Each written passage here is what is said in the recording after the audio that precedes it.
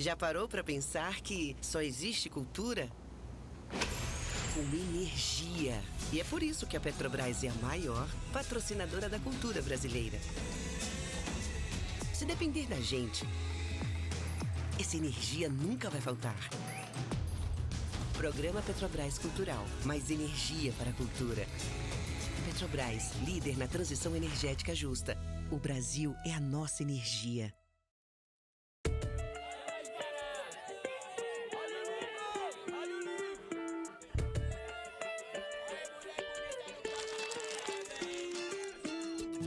Sejam todos e todas bem-vindos à Feira do Livro 2025. A Feira do Livro é uma realização da Associação 451, da Maré Produções Culturais e do Ministério da Cultura por meio da Lei Rouanet, incentivo a projetos culturais. Apresentador exclusivo Petrobras. Patrocínio Prefeitura de São Paulo e Motiva por meio do seu instituto na categoria Prata, Itaú Unibanco na categoria Bronze. Apoio Instituto Ibirapitanga, Pinheiro Neto Advogados e Enjoei. Parceria institucional Mercado Livre Arena Pacaembu, Museu do Futebol e Secretaria da Cultura, Economia e Indústria Criativas do Estado de São Paulo. Secretaria Municipal de Esportes e Lazer, Secretaria Municipal da Pessoa com Deficiência, Biblioteca Mário de Andrade e Livraria da Travessa. Apoio institucional Embaixada da França no Brasil, Instituto Camões, Instituto Cervantes, Canada Council for the Arts, Acción Cultural Espanhola, Ernesto Tsirunik Advocacia, ETAD, Vagalume, Ecoar, Quiro, Inside by Meliá São Paulo e Genópolis, Bubu Restaurante e Ovo. Parceria de mídia, TV Brasil, Rádio Nacional de São Paulo, Folha de São Paulo, UOL, JCDecO, Revista Piauí e Publish News. Acompanhe a cobertura completa da Feira do Livro 2025 no site da revista 451. Acesse www.451.com.br e também nas nossas redes sociais, @a Feira do Livro. Viva o livro brasileiro!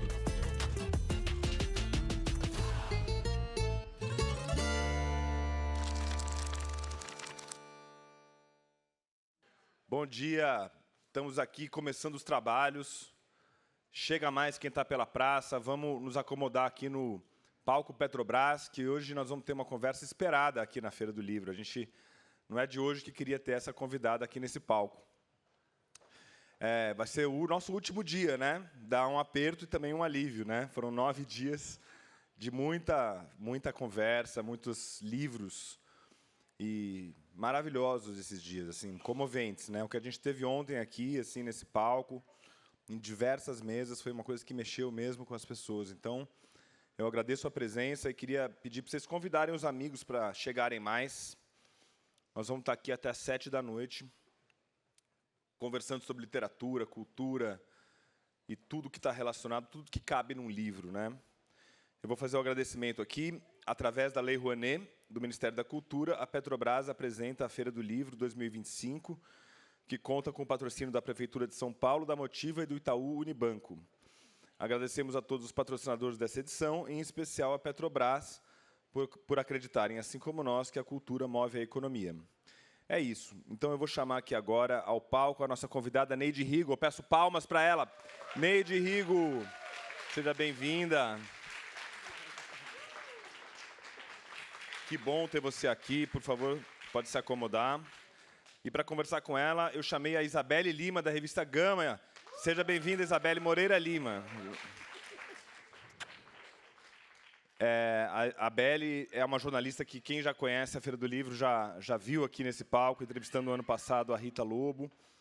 E é uma super jornalista de cultura, né? Porque a cultura, comida faz parte desse universo e quem acompanha a coluna da Belle, seja falando de vinhos, de comidas e tal. Então, eu recomendo vocês seguirem a revista Gama, @Gama Revista, né? Todo mundo já deve seguir, né? Mas para acompanhar os textos da Belle, também a newsletter, né? Que chama... Saca essa rolha. Saca essa rolha. Então, call to action, né? É isso, gente. Fiquem aí com a Neide. Muito obrigado, Belle. Obrigado, Neide, pela presença. É muito, muito bom ter você numa praça pública falando, que é o seu habitat natural, vamos dizer assim, né? Obrigado, viu?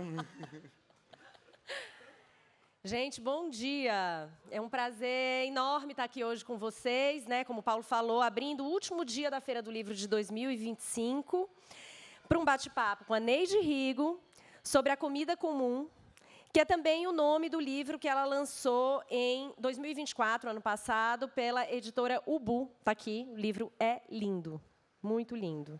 Eu agradeço à Feira do Livro por ter aberto esse espaço para a gente. Muito obrigada, Paulo. A Neide Rigo, vocês já sabem, mas eu vou fazer uma apresentação mais formal aqui. É nutricionista formada pela USP e é também uma curiosa. Desde pequena, ela está de olho nas espécies que cresciam na roça dos avós e também nas que eram apresentadas a ela na periferia de São Paulo pelos vizinhos e vizinhas migrantes. Essa curiosidade ela leva sempre com ela para onde ela vai. Hoje, a Neide continua descobrindo novas plantas, frutos, flores, raízes e coquinhos por onde ela passa. Seja na calçada da rua dela ou em viagens pelo Brasil e afora. Desde 2006, a Neide cataloga e compartilha as descobertas dela no blog Come-se e no perfil do Instagram. No livro Comida Comum, a Neide organizou essa pesquisa de uma vida inteira e apresenta o ponto de vista dela sobre assuntos como comida, comunidade, meio ambiente, entre outros. Tudo isso num texto que parece uma conversa regada a um cafezinho passado na hora, que é o melhor do livro. Eu me agarrei com essa mulher essa semana aqui para me preparar para essa conversa e foi muito bom, Neide, muito bom estar com você. E vale dizer que o livro acaba de ser reconhecido como o melhor do ano pelo Prêmio de Gastronomia Prazeres da Mesa. Merecido, hein? Como o Paulo já falou, eu me chamo Isabelle, eu sou jornalista, e eu tenho uma série de perguntas aqui para guiar esse papo, deve durar 1 hora. No final, a gente abre 15 minutos para as perguntas de vocês. Tem o pessoal aqui na lateral com essa prancheta, com papéis, vocês escrevem, mandam para cá. E a gente encerra com as perguntas. No final, a Neide autografa. Vamos começar? Muito blá, blá, blá, né? Neide, no começo do livro, você diz que o seu interesse pelas plantas comestíveis e as formas de preparo é mais sociológico, ecológico, botânico e antropológico do que nutricional. Isso é meio curioso, porque a gente não espera ouvir isso de uma nutricionista.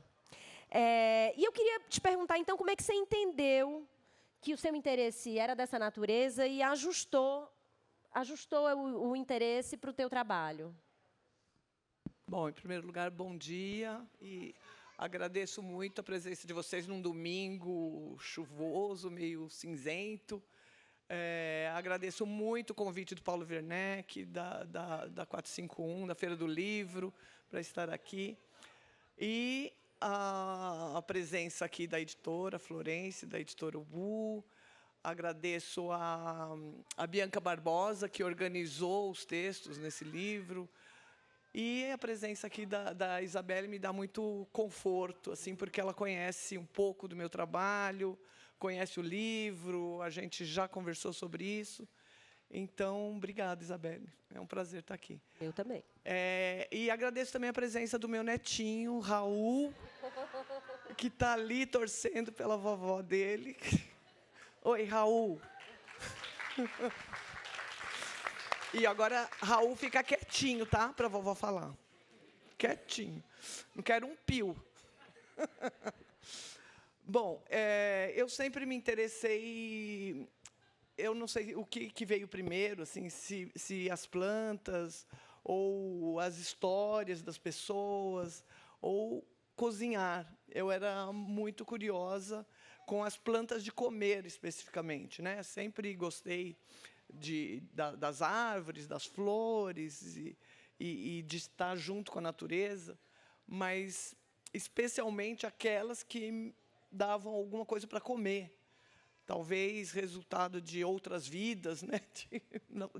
de ter passado alguma fome, porque desde criança eu queria saber se era comestível ou não. E esse interesse começou no sítio dos meus avós, nos quintais, né, do bairro onde eu nasci e me criei, onde as pessoas tinham quintais.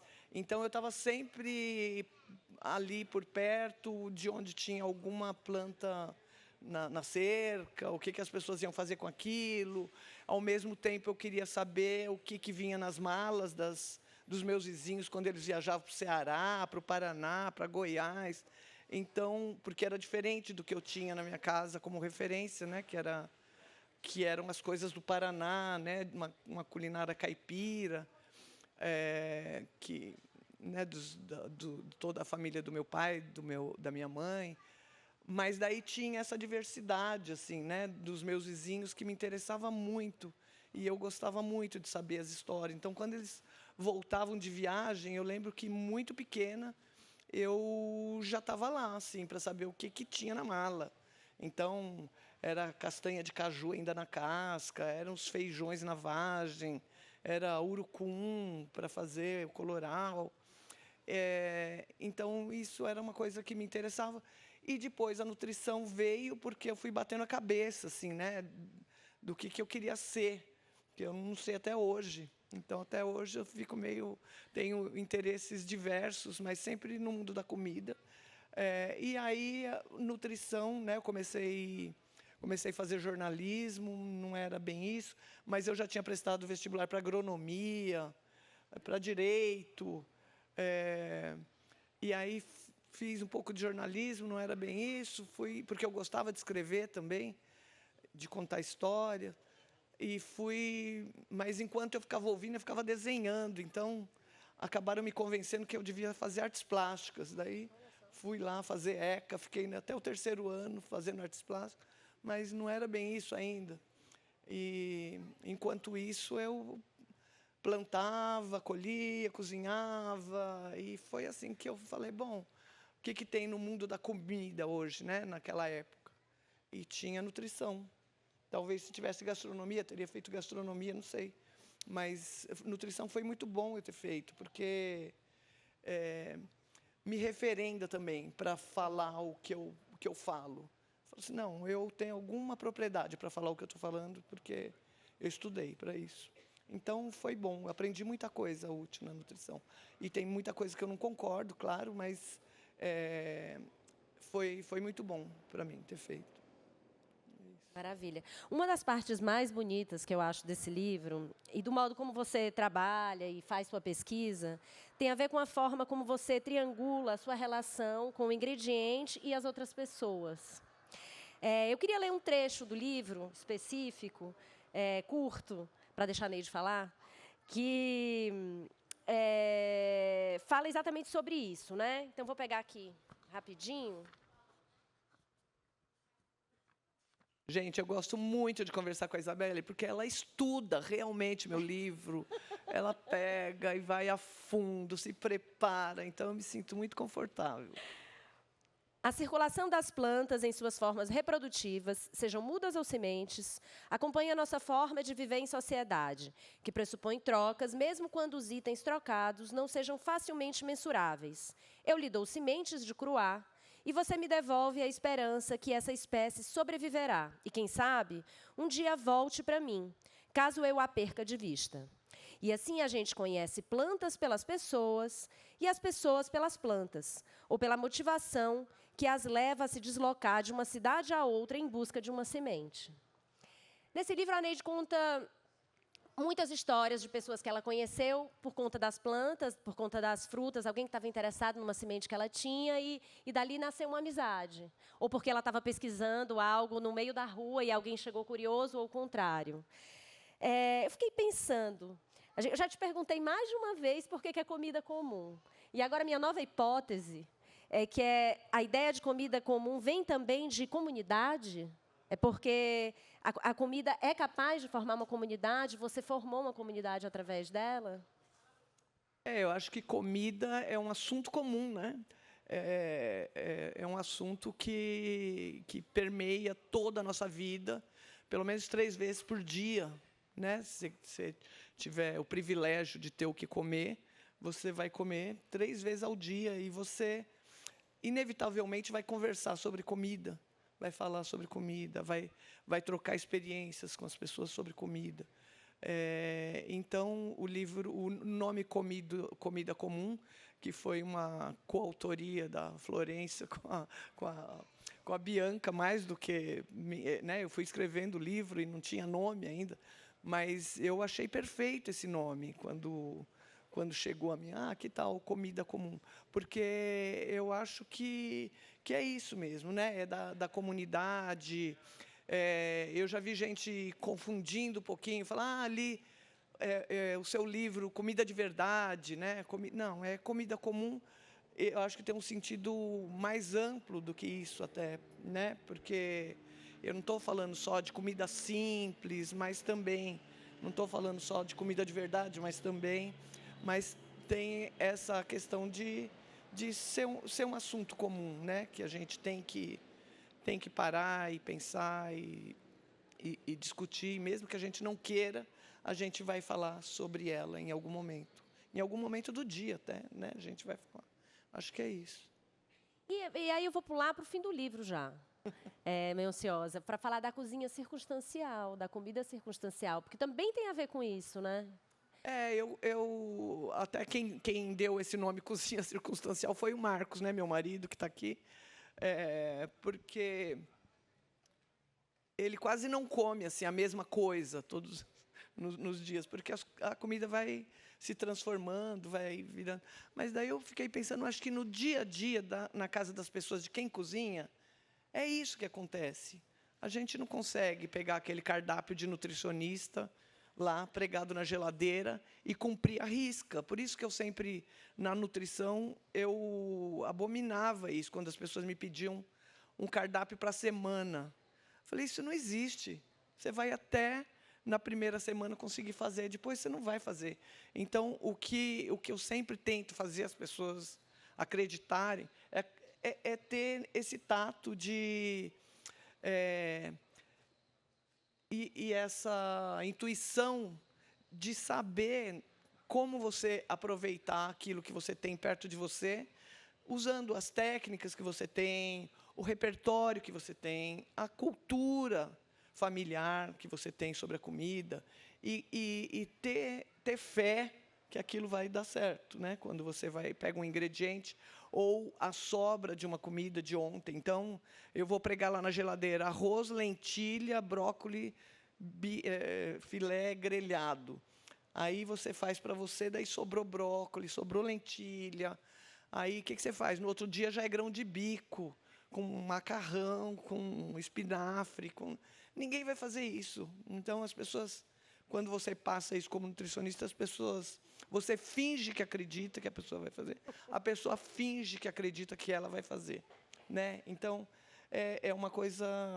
O nome circunstancial, acho que o Marcos deu, acho que calhou bem, porque, assim, depende da circunstância. Chega alguém para almoçar, sua vizinha te dá meia dúzia de limões, outro te dá uma dúzia de ovos que veio do sítio, daí você colheu uma fruta que você não viu na rua.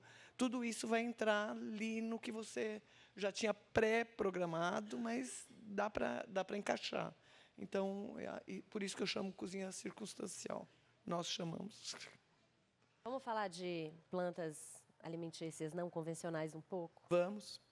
Gente, desculpa, de vez em quando eu vou ter que parar para tossir. Eu estou há 15 dias com uma tosse terrível. Eu vou beber um pouquinho do meu chá.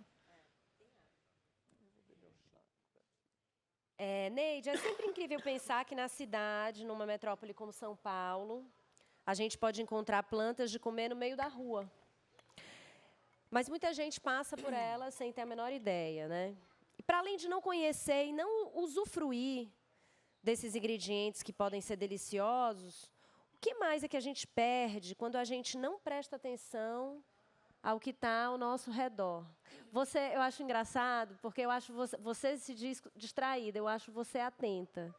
E você diz que você encontra as plantas porque você está distraída, pensando em outras coisas, você vê as plantas. Mas eu acho que você tem um radar para as plantas, é diferente. Então, fala aí um pouquinho disso. O que você acha que as pessoas estão perdendo por não se distraírem ou não estarem com o radar ligado?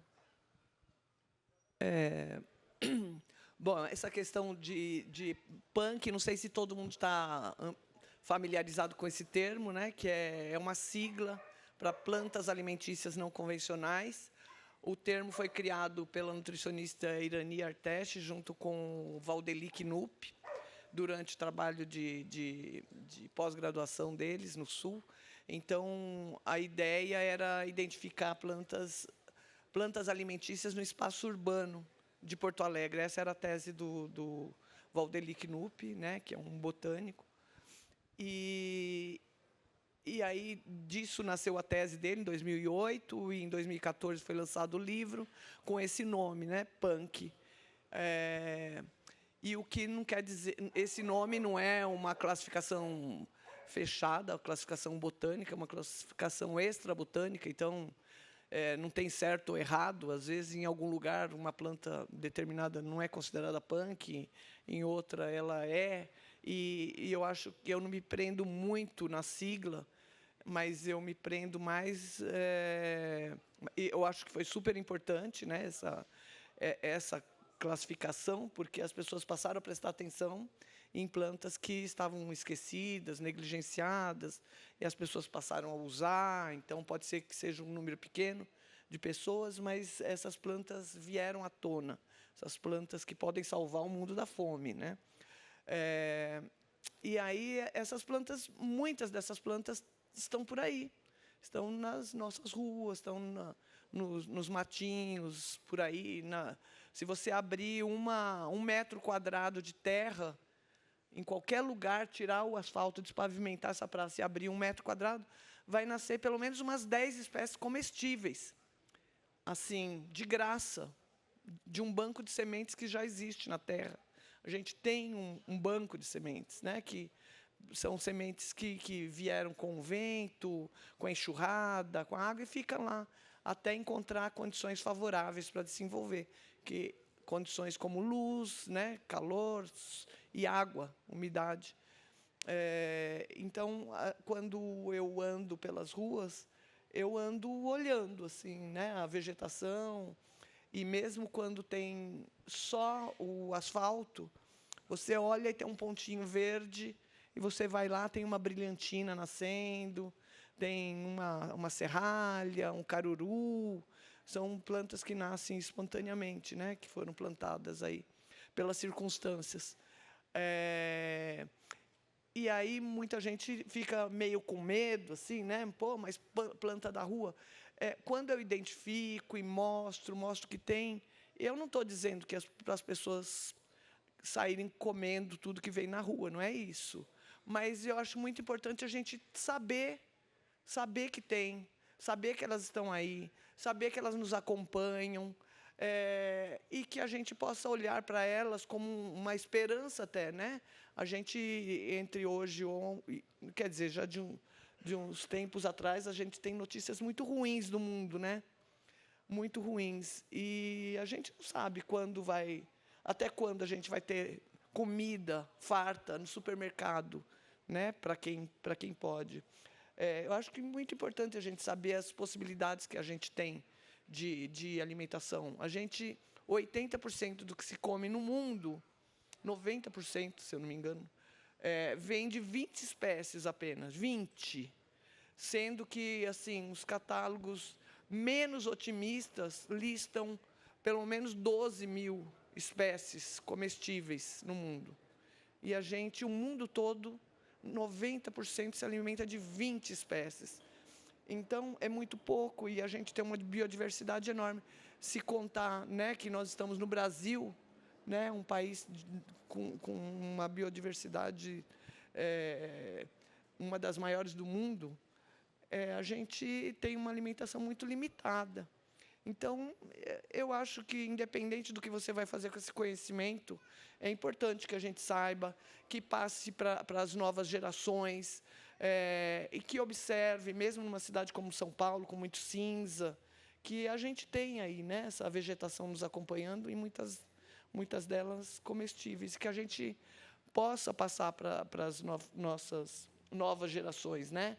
E o que a gente vê hoje, as pessoas andando nas ruas, é essa falta de observação, né? As pessoas andam assim. Daqui a pouco elas vão ver, porque elas vão botar a cara no chão, né? Vai virar corcunda, vão chegar mais perto. Mas a gente tem muita coisa para ver e que nos dá esperança, né? Essa vegetação que luta para acontecer na cidade, você também deu um nome para ela, né? Agricultura de frestas. Ah, agricultura de fresta. Fala um pouco disso. Acho que foi a Florence também que falou esse nome. É que eu falo que tem as ervinhas de fresta, né, que nascem assim. É isso, assim, quando você vê um espaço para a planta crescer, ela vai crescer. E muitas delas são as comestíveis. Eu fico olhando ali, ó, tem umas frestinhas assim no concreto. Certamente tem pelo menos 4, 5 assim, plantas que são comestíveis. E essas plantas, o fato da gente conhecer e não significa pegar nas ruas, né? E algumas coisas eu pego também, não tem problema, principalmente se elas estão longe do chão, né? Essas plantas é importante a gente saber que pode ter no quintal da gente. Muitas vezes você tira dali, leva para o seu quintal, ela se reproduz e você tem nos vasinhos e faz muito bem, né? Eu acho que mexer com planta não substitui terapia, mas é terapêutico, né? Isso não sou eu que estou dizendo, né? Não sou eu que estou achando. Há vários trabalhos que mostram a importância da vegetação. Tanto que o Japão agora já tem banho de florestas, né? Eu acho que é uma coisa que está crescendo. Tem, né, déficit de natureza, transtorno de déficit de natureza, estudado em crianças, né? Que como afeta o fato de ela não ter contato com a natureza. Então, acho que tem vários benefícios, né? Não só nutricionais, mas também mentais. Agora, Neide, o seu interesse pelas punks a gente conhece, né? Você tem uma tradição familiar da roça também. Uhum. E aí eu fico pensando no desafio louco que você deve enfrentar de falar sobre esses assuntos nesse mundo acelerado das pessoas com a cabeça enfiada no celular e dos ultraprocessados. Uhum.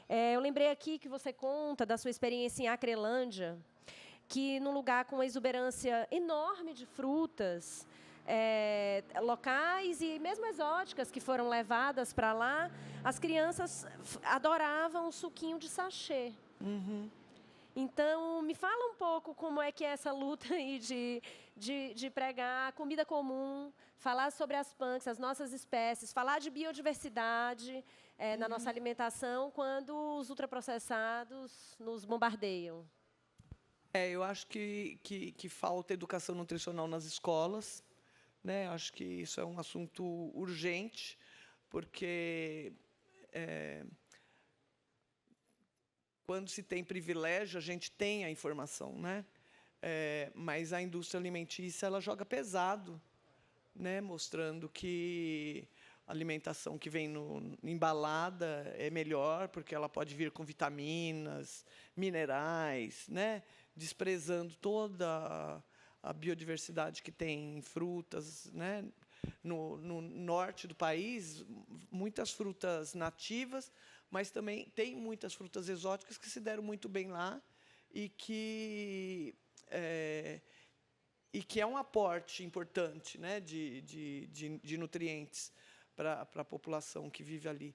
E o que eu vi em Acrelândia, por exemplo, e não só em Acrelândia, é um exemplo, né, mas acho que eu estava começando esse trabalho assim, de viajar, de conhecer um pouquinho mais, conhecer a Amazônia, conhecer o sertão da Bahia, por exemplo. Que é assim, você tem um quintal cheio de frutas, mas a criança vai com dinheiro e vai na mercearia da esquina e compra um sachêzinho que tem 1 grama. Com 1 grama ela consegue adoçar 1 litro de suco, ou seja, tem adoçante, né?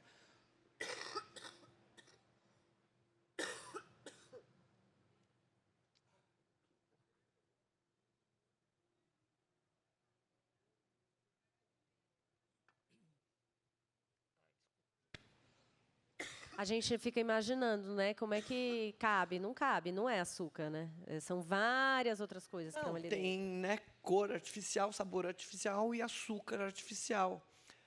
Para crianças pequenas, que elas vão lá com moedas e compram e fazem. E acham linda, né, aquela jarra de suco. Mas, nesse mesmo trabalho de Acrelândia, eu estava com uma equipe da USP, da nutrição. E eles estavam fazendo justamente uma pesquisa sobre acesso. E de acesso ao alimento saudável. E aí mapearam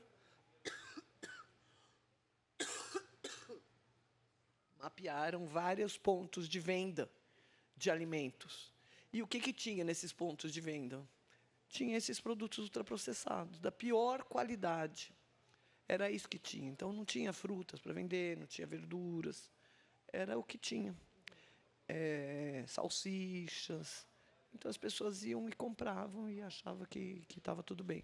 Mas é a mesma coisa em relação aos temperos prontos, né? Você vai em lugares que tem assim muito tempero fresco, mas as pessoas até usam tempero fresco, mas muita gente foi seduzido pelos cubinhos, né? Cubinho rico em sódio, em aromatizantes, e aí começam a não ver graça mais num arroz temperado, um arroz comum temperado com alho e cebola, né? Porque alho, senão não tem sabor, então tem que ter um caldo, e tem caldos específicos, né? Caldo para o arroz, caldo para o feijão, caldo sabor costela, caldo sabor e caldo para sopa, que é um absurdo. Mas assim, as pessoas foram convencidas disso, né? Eu fui 2 vezes para o Senegal fazer um trabalho de oficinas também, e aí você fica impressionada de ver assim nos outdoors a comida tradicional senegalesa, que é maravilhosa, né, com muita cebola, muitos temperos, especiarias. E aí tudo isso, e aí a mensagem é: faça a sua comida tradicional com caldo Marge, né? Põe tudo isso, você pode pôr, mas tem que ter o caldo Marge para dar aquele tchan. Então, todo mundo usa nas oficinas na hora do recreio, assim, do intervalo. Vamos fazer um suco. Aí faz o suco de baobá, com a polpa do baobá, com outras frutas que eles têm, tudo maravilhoso. Daí, no final, eu fiquei assustada, porque tinha umas embalagens igual de sabão em pó, quase, para fazer grande. E jogava ali, era um suco de morango, com aromatizantes, com adoçantes, punha no suco, que estava maravilhoso. Então, esse convencimento, né, que a indústria tem, e agora a gente vê muito isso na alimentação saudável, né? Olha, o café da manhã é maravilhoso, você come tudo que você tem de mais, mas coloca isso aqui que vai ficar melhor ainda, né? Então é um convencimento assim muito muito perverso que convence as pessoas a usarem isso, né? Acho que é isso. Você faz um ativismo que luta contra isso, né? E você faz as consultorias e oficinas com merendeiras no Brasil. No livro você conta um pouco desse trabalho e diz que você não gosta de chegar em cima da hora, porque você gosta de se aclimatar e fazer um diagnóstico da situação também, né?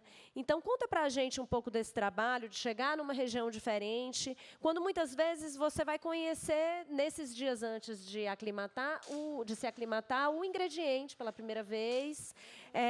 Como é que você faz isso sem ser, né? Eu sei que você não é o seu estilo, mas sem ser a sabichona. Peraí que eu vou te ensinar esse negócio que você já conhece há 30 anos.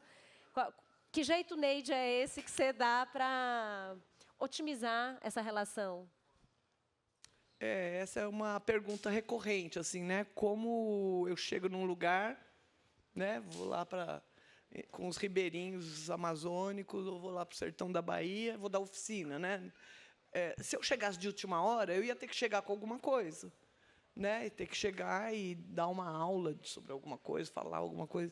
Mas justamente por isso que eu gosto de chegar antes e conhecer o lugar, conhecer as pessoas, o que elas fazem, conhecer seus quintais, Então, eu sempre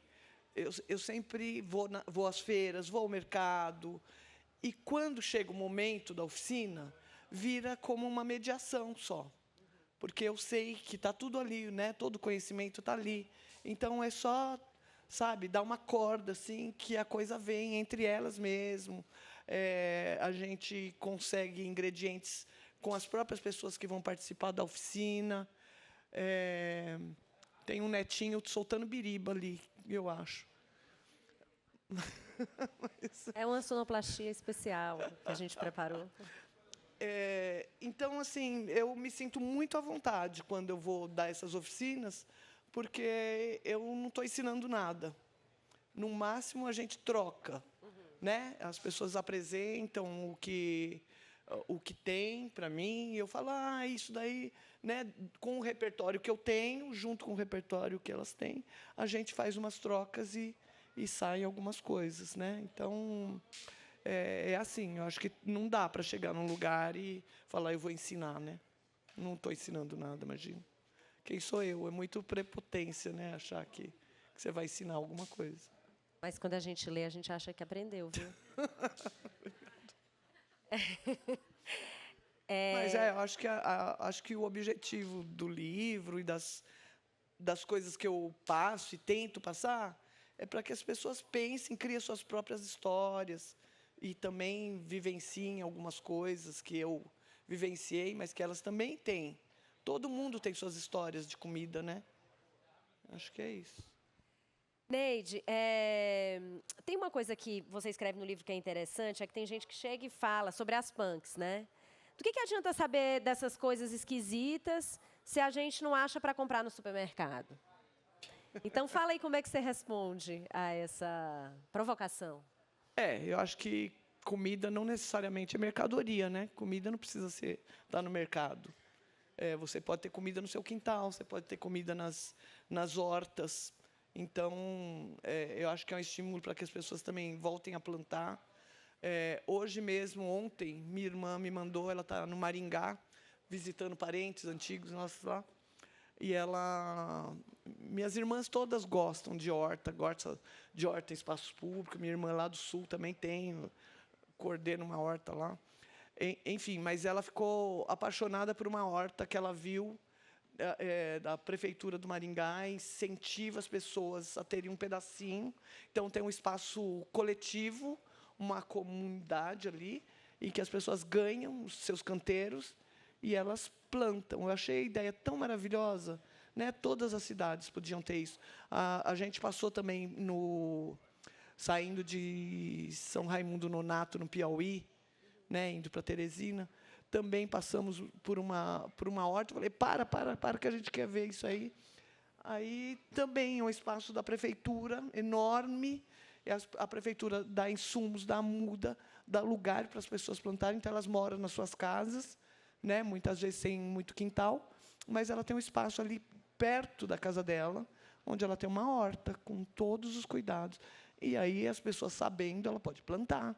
Né, essas plantas. Então, eu acho que não é só saber e procurar no mercado. Né? Eu acho que tem que saber, porque ela pode ter no quintal dela, ela pode encontrar numa horta comunitária, ela pode criar uma horta comunitária e ter essas espécies. Eu acho que é isso. Me conta da tua experiência, nos conta da tua experiência com a horta urbana. Você tem, e você conta também aqui, né? Então, no quarteirão de onde eu moro, tinha um espaço que era abandonado, era um resíduo urbano. Né? Tem nas esquinas, assim, sobram uns triângulos. E era um lugar para descarte de lixo, de poda, de computador, resto de cama, de sofá. Ninguém se importava com aquele lugar. Anos eu passando ali, vendo aquele lugar. E ninguém nunca se importou.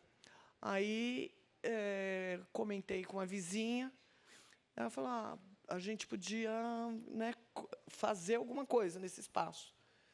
Vamos fazer uma horta. Nesse tempo já existia a Horta das Corujas, da Cláudia Visoni, que ela começou com uma turma. Eu admirava muito, e admiro o trabalho da Cláudia Visoni. E aí eu tinha feito um curso de permacultura. Eu falei, acho que dá para a gente começar a fazer alguma coisa. A gente avisou a subprefeitura que a gente ia fazer, pediu ajuda para tirar os lixos. Eles foram, tiraram. A gente começou a... Não tirou nada do que tinha lá, né? Tinha um pé de ipê, um pé de ubajaí, que é uma fruta da Mata Atlântica. Simplesmente tiramos o lixo e plantamos algumas coisas lá. Muitas punk, né? Que é o que resiste. Isso que eu ia te perguntar, que tipo de espécie, assim, só para ter uma ideia? A gente, no começo, né? Aquela ideia, vamos fazer uma hortinha, daí tem, né? Você vai lá, planta alecrim, planta manjericão. Aí é um lugar sem água, então, né, na primeira estiagem morre tudo, já era. Então, com o tempo, a gente foi vendo que espécies dá lá. Hoje eu falo que é um showroom de punks, tem muitas punk, que algumas dessas punks são muito resilientes.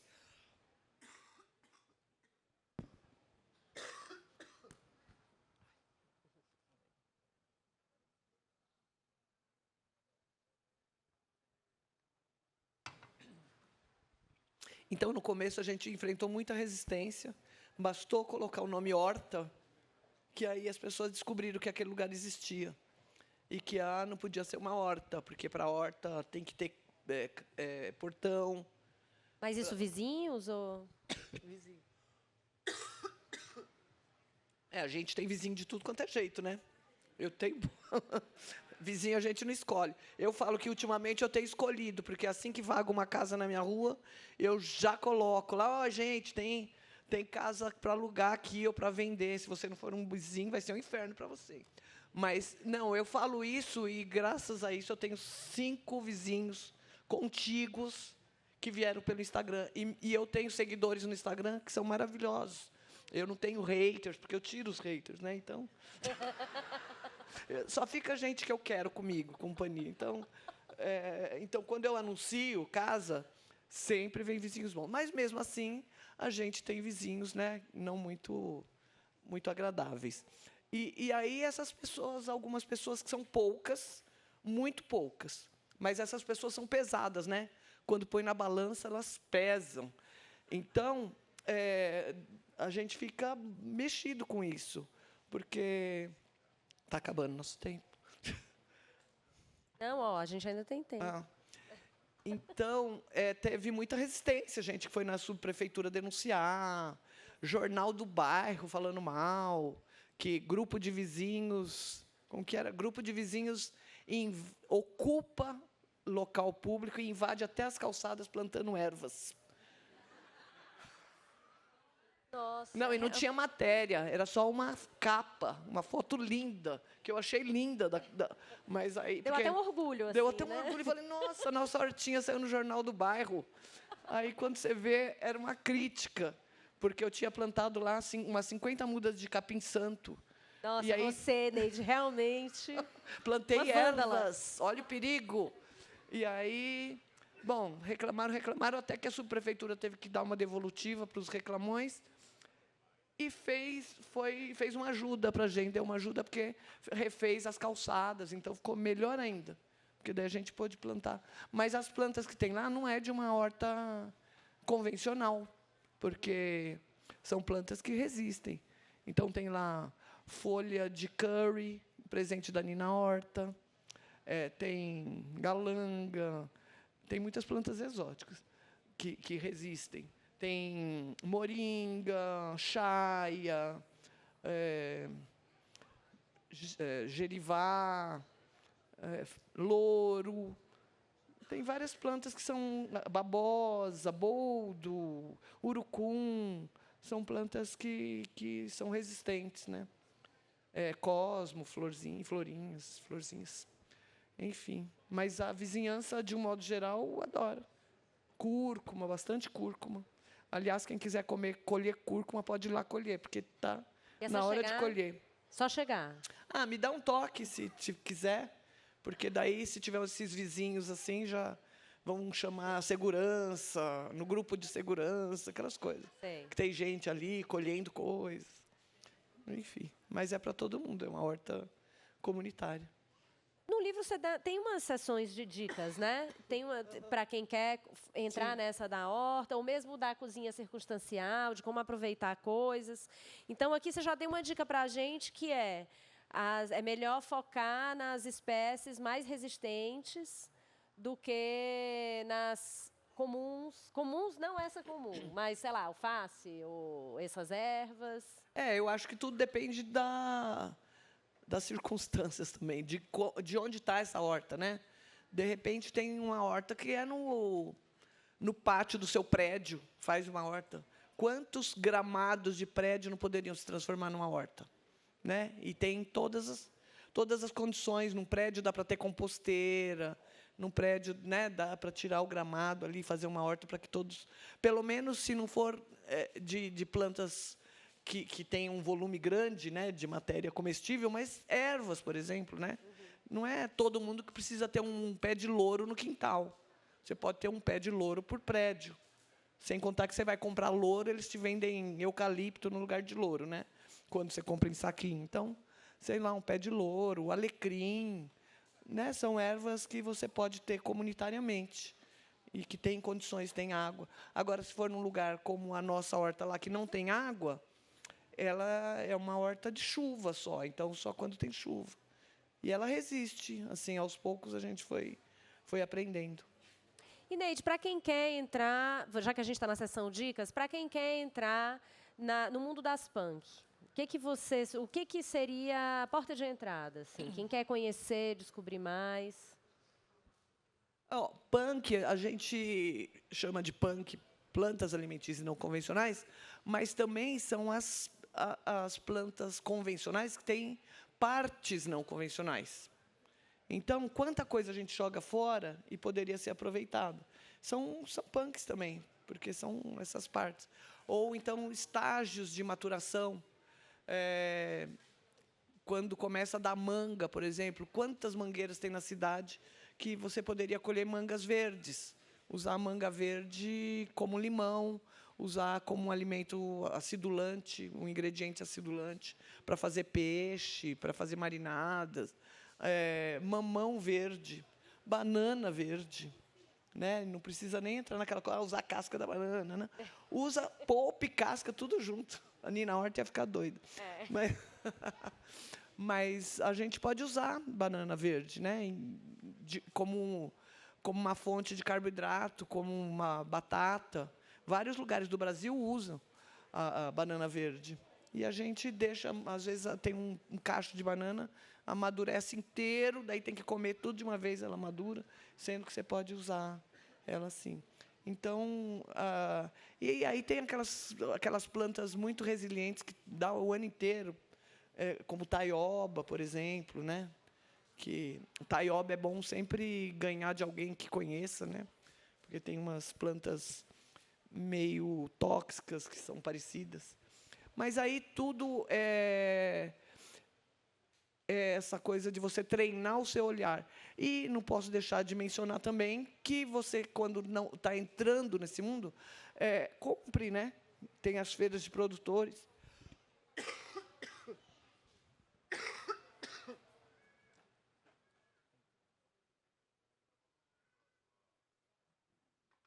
Por que a gente não confunde um pé de alface?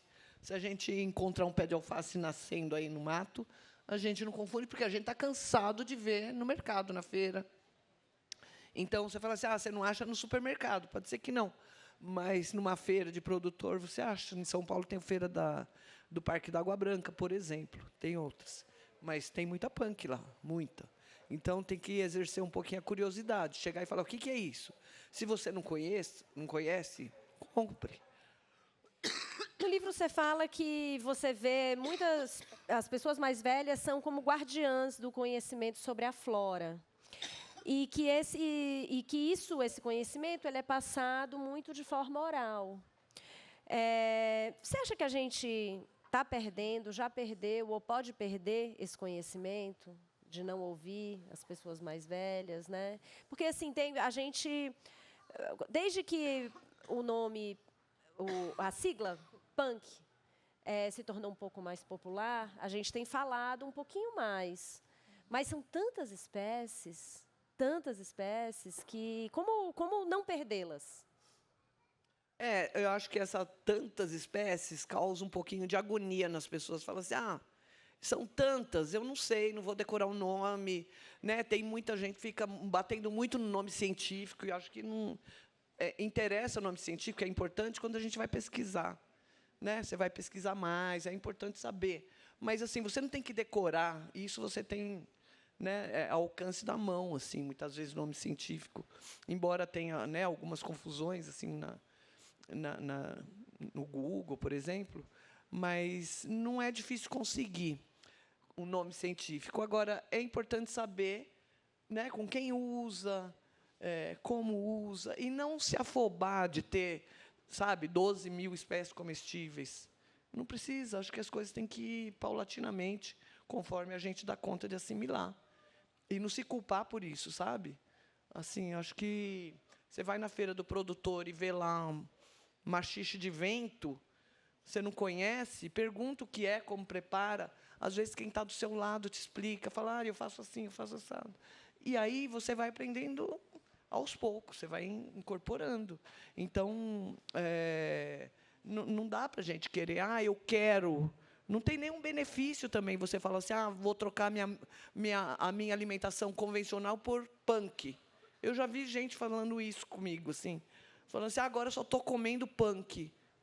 Por quê? Né? A gente tem um mundo de coisas para comer que pode, inclusive, ser convencional. Acho que a intenção de todo mundo que trabalha com punk é mostrar que tem e que a gente pode ter uma alimentação mais biodiversa. A gente pode colorir os pratos. Né?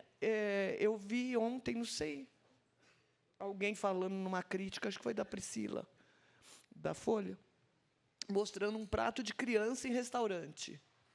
Um prato de criança em restaurante era um arroz branco e um filé de frango frito. Isso era uma comida para criança. Então, assim, é de uma pobreza, né, essa comida. Porque tudo bem que quando você não tem o que comer, você vai comer arroz com salsicha, porque a fome não espera. Né? Agora, você vê que as pessoas têm o privilégio de poder comer, comprar e comer, e vai comer um arroz. Não é para tirar o arroz, mas você pode ter esse arroz com uma cenoura raladinha junto. Né? Você pode ter um brócolis, ou né, um convencional qualquer, mas que tenha um verde. Aí fala a minha versão nutricionista. Né? Mas acho que a ideia é essa, incorporando, é ter curiosidade, é ver o que tem. A gente só tem a ganhar, né, sabendo o que pode comer. Se vier uma catástrofe aí, assim, a gente sabe o que tem para comer, né? Pelo menos é um arsenal que a gente deve ter, um repertório que só nos faz bem. E essa coisa você falou essa coisa de transmitir, né? Eu acho que as crianças aprendem muito com os pais e com os avós, vendo o que eles fazem. Eles tendem a repetir. Então, não é chegar e dar uma aula, né? Essa transmissão oral com as crianças, nas comunidades tradicionais, acontecem naturalmente. Né? As crianças, elas veem os pais fazendo, veem as mães fazendo, elas fazem também. Eu tive uns dias com os Caiapó e eu vi as crianças muito pequenas, assim, quando os adultos estavam fazendo tintura corporal com genipapo, né, mastigando genipapo, socando com carvão. Do lado tinha uma turminha de criança e eles faziam igualzinho. E pegavam as varetinhas e ficavam um no outro. Mas duvido que eles tenham dado uma aula para as crianças de como fazer. As crianças observam. Então, quanto mais a gente puder passar tempo com as crianças na natureza, e o que a gente puder passar, a gente passa, né? Eu acho que é assim que se transmite oralmente. As punk foram super abraçadas pela alta gastronomia, né? E no livro você conta que teve um momento até que isso te deixou um pouco irritada, porque você via... É como uma pessoa dizer, agora só vou comer punk. E aí tinha salada punk, só com punk. E você conta que depois você entendeu que tinha um lado bom dos chefes que fazem pratos elaborados terem descoberto esses ingredientes. Então, eu queria saber como é que está a sua opinião sobre isso hoje, né? O lugar das punk nesse lado da gastronomia. O que você vê hoje em dia de benefício e também o que não é tão legal assim? Acho que eu ainda acredito que o resultado seja positivo, né? Porque a alta gastronomia vai colocar lá uma tansagem grelhadinha em cima de alguma coisa. Não é essa tansagem que vai fazer aquele prato custar R$200, não é, né? Tem outros fatores, e aí é um outro setor, e deixa lá usar, né? Não tem problema. De repente, ele é convidado para ir no programa da Ana Maria Braga e mostrar lá que ele está usando isso, e outra pessoa numa comunidade distante vê e fala: poxa, a gente nunca mais usou isso, tem aqui no quintal, vamos começar a usar. De repente, tem um efeito benéfico. Agora, eu não gosto quando falar não sei o que punk, salada punk. Eu acho que tem nome as coisas, né? Que tem que ter um respeito. Então, salada de capuchinha com folhas de mentruz. Eu acho que assim a gente educa mais do que falar punk, só punk. Porque punk não é um grupo coeso, homogêneo. Né? No grupo das punk você tem grãos, castanhas, coquinhos, raízes, folhas e tantas coisas. Então, uma forma de você educar as pessoas nesse sentido, né, de orientar as pessoas, é começar a dar nome para as coisas, para as pessoas saberem o que de repente, ela tem no quintal. E eu acho que os chefes eles têm esse poder também, né, de estar na mídia, de serem celebridades, às vezes. Uma vez eu fui no programa da Ana Maria Braga com a Helena Rizzo, e fomos nós duas, montamos uma mesa enorme, coisas que ela usa, falar dos produtores, né, dos fornecedores, e mostrar tudo que a gente tinha ao alcance das mãos. Assim, a gente conseguiu tudo muito fácil e mostrou para as pessoas a diversidade que existia. Então, isso eu acho que tem um efeito benéfico para quem tem os quintais, Brasil afora, né? Porque às vezes a gente pensa só em São Paulo, não tem como cultivar, não tem. Mas quando você vai por esse Brasil afora, as pessoas têm uma riqueza enorme nos seus próprios quintais. E muitas vezes não aproveitam, ou deixaram de aproveitar, né? Olha, eu estou achando pelo tempo aqui que eu vou fazer minha última pergunta e aí vou passar para as perguntas do público. Bem, Neide, agora que o Comida Comum está 1 ano no mundo, ganhou prêmio, você já pensa no segundo livro? Estou perguntando isso porque eu fiquei pensando, você tem quase 20 anos de textos no blog, e você tinha coluna no Paladar, no Estadão, em que você se dedicava a um ingrediente profundamente. Eu falo isso porque, em alguns momentos, por algum tempo, eu fechava os textos da Neide. E era assim, uma loucura o que essa mulher explicava de cada ingrediente. Eu nunca vou esquecer a da Gila, que era uma espécie de uma abóbora, sei lá, que é uma abóbora... como uma prima da abóbora, que é fibrosa e muito dura de quebrar, e ela dizia, não, o jeito melhor de partir é você tacar no chão. Mas se você mora num apartamento, eu sugiro que você vá ao térreo, porque, sei lá, o vizinho vai achar que vai quebrar o piso, o teto. Podia jogar lá de cima.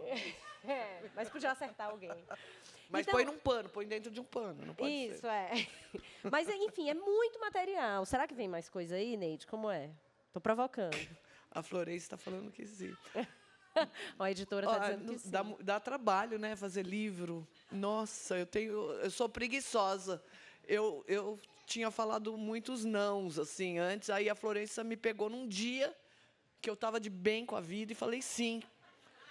E eu não costumo voltar atrás, assim, né? Eu falei, putz, agora eu falei sim, vou ter que fazer, né? Assim, nossa, mas eu agradeço muito, assim, a insistência, porque... Mas quem sabe, né? O segundo Quem sabe? Se você for fazer o segundo, pelo amor de Deus, conta a história da Gila, que é muito boa. Eu nunca esqueci, isso faz, sei lá, 10 anos. É muito boa. Então, vou começar aqui. Quem tiver mais, mande, que nós temos ainda 20 minutos.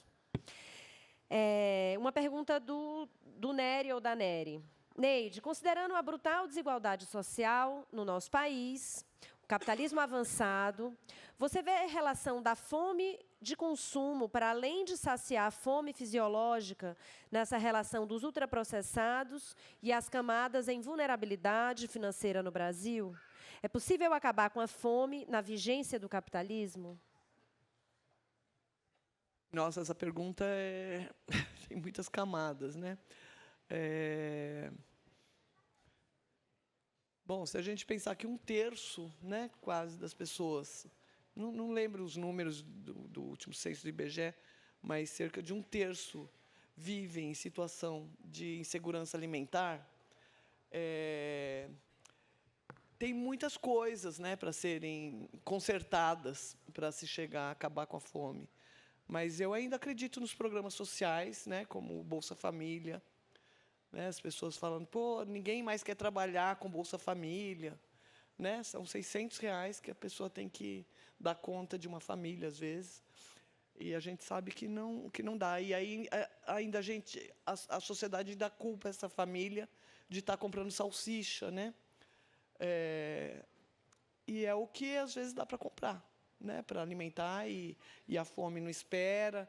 Mas eu ainda acredito que tem nas políticas públicas, como essa política de hortas comunitárias, né, de ter espaços comunitários nos bairros para que as pessoas possam ter hortas, nos restaurantes populares.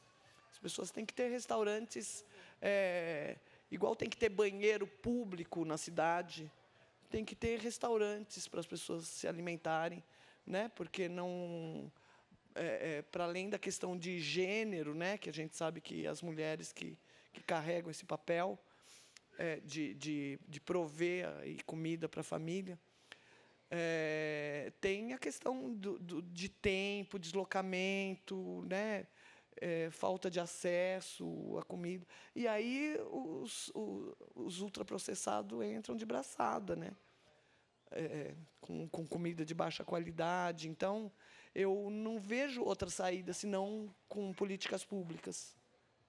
E tem que começar por aí, porque não adianta falar, coma punk, que vai acabar com a fome também.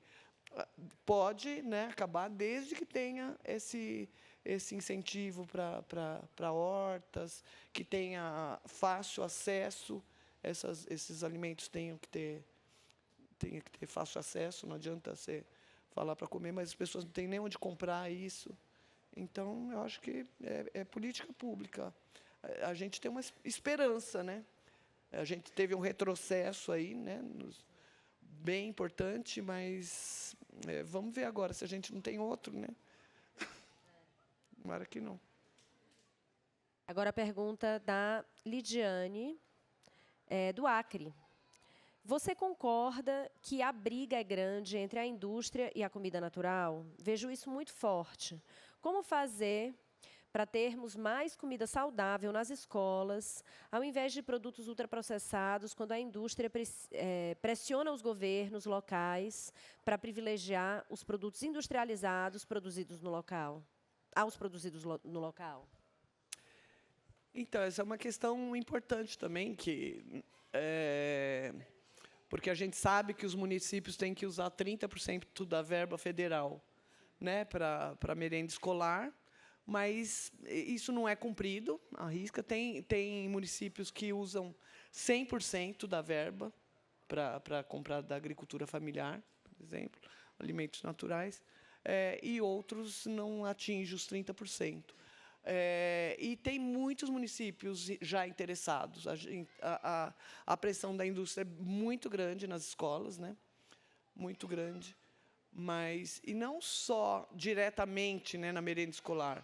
Os cursos de nutrição, os congressos de pediatria, né, que são financiados pela indústria de ultraprocessados. A gente sabe que tem isso. Então, tem uma lavagem cerebral aí bem importante, e não só lavagem cerebral, mas uma compra, né, através de benefícios, uma troca perversa. Mas tem muitos. O que me alegra assim, é saber que tem muitos municípios já interessados nisso. Tanto que, no ano passado, fiz um trabalho no Baixo Sul da Bahia, e envolveu 17 municípios. Né? Eles tinham um consórcio e a gente fez um trabalho com as merendeiras, e com os gestores, só mostrando os benefícios de se usar os produtos locais. Naquele mesmo esquema de oficinas que eu dou, assim, de mostrar o que tem, os produtos locais, quem são os fornecedores, o que eles têm para fornecer, né?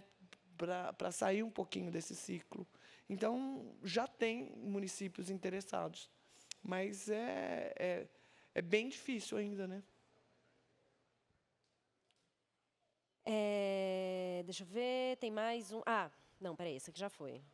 Essa outra aqui é mais prática, é da Marilisa. Neide, poderia dar umas dicas para os habitantes do meio urbano que moram em apartamento? Tipo ervas em vasos, momento do sol, regas, podas, outros tipos de alimentos. Um bom recurso para ensinar as gerações no cotidiano, no dia a dia. Obrigada e parabéns pelo seu trabalho. Obrigado. Então, as pessoas acham que eu entendo muito de plantas, assim, de como cultivar. Não entendo nada, viu? Mas eu não tenho medo. Essa é a minha vantagem, eu não tenho medo. Então, se você quer cultivar uma plantinha, não sabe onde colocar, coloca um na sombra, um no sol, que você vai aprender ali, na lida, sabe? Eu aprendo muito experimentando, sem medo. Porque eu vejo que as pessoas têm medo de mexer com planta. Não precisa ter medo.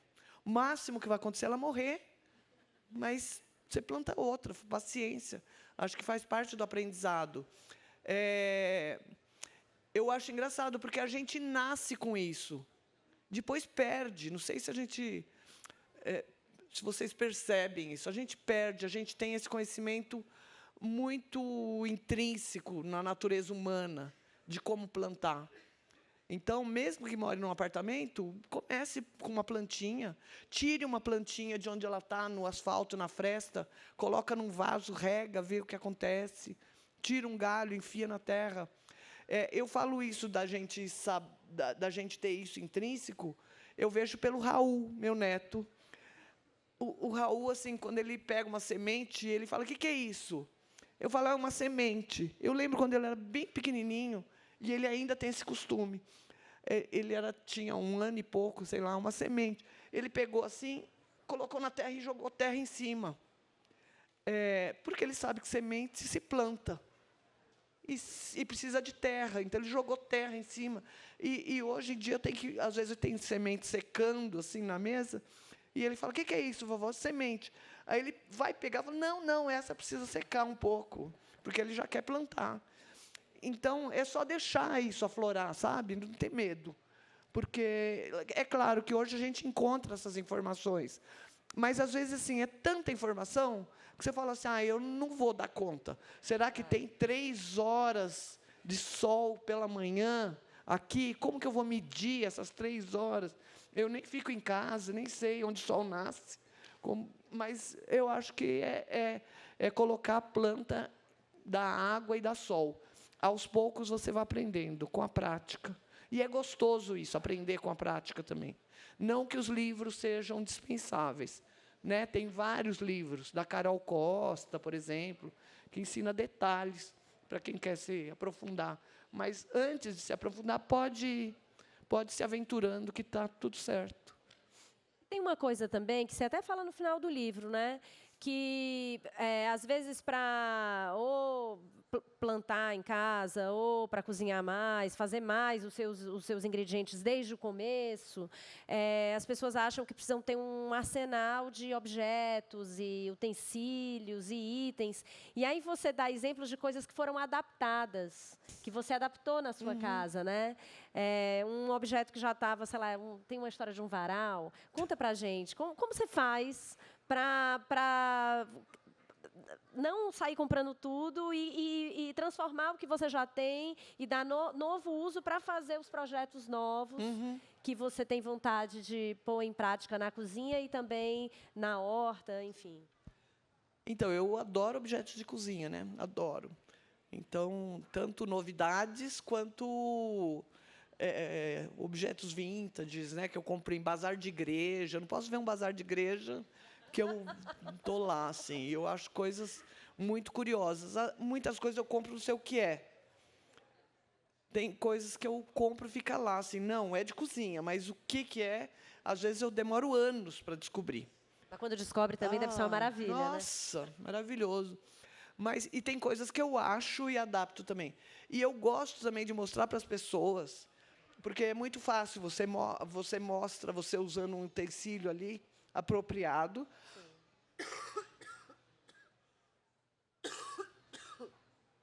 Então, você mostra, sei lá, um ralador de Spätzle, né, que é próprio para isso. Tá, mas eu não tenho isso. Ah, você não tem um ralador? Esse ralador vai dar também. Ou então, pede para o marido mexer com uma furadeira, furar uma frigideira velha. Eu já fiz isso com o Marcos, assim, a amostra, dá para fazer assim também.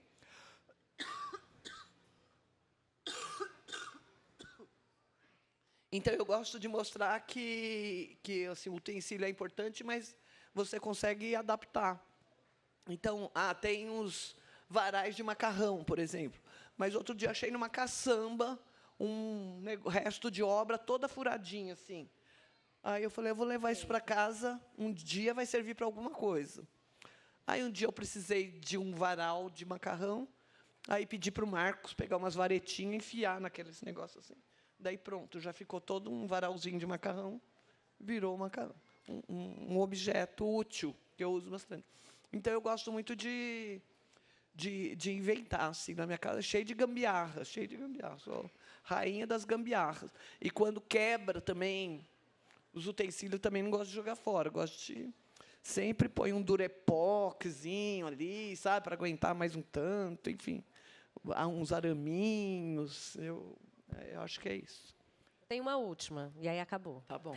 Que é, conta pra gente qual foi a última descoberta que você fez nas suas caminhadas por aí. Ou então, a última descoberta mais surpreendente, assim, uma coisa que foi muito legal. Acho que a última que eu vi foi um pé de pinha, fruta do conde, na frente da casa do Raul, que a gente foi levar ontem. E eu vi com várias frutas. E eles não tinham visto. Estava bem escondidinho, assim, junto com... no meio de um pé de resedá. Gente, eu estou abusando da Neide. Ela já está tossindo muito, tadinha. Vamos. Muito obrigada a todos por estarem aqui hoje. Em nome da Feira do Livro, eu agradeço a todos vocês que vieram assistir essa conversa. A Neide Rigo, por ter compartilhado essas ideias com a gente. E um pouco do Comida Comum, que está à venda aqui e a Neide vai autografar.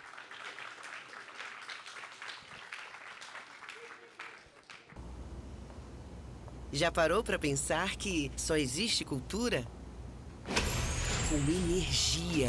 E é por isso que a Petrobras é a maior patrocinadora da cultura brasileira. Se depender da gente, essa energia nunca vai faltar. Programa Petrobras Cultural. Mais energia para a cultura. Petrobras, líder na transição energética justa. O Brasil é a nossa energia. São Paulo é arte, cultura e criatividade, com mais de 200 espaços culturais da Prefeitura de São Paulo em todas as regiões da cidade. E grandes eventos, como a Virada Cultural, que em 2025 reuniu cerca de 5 milhões de pessoas.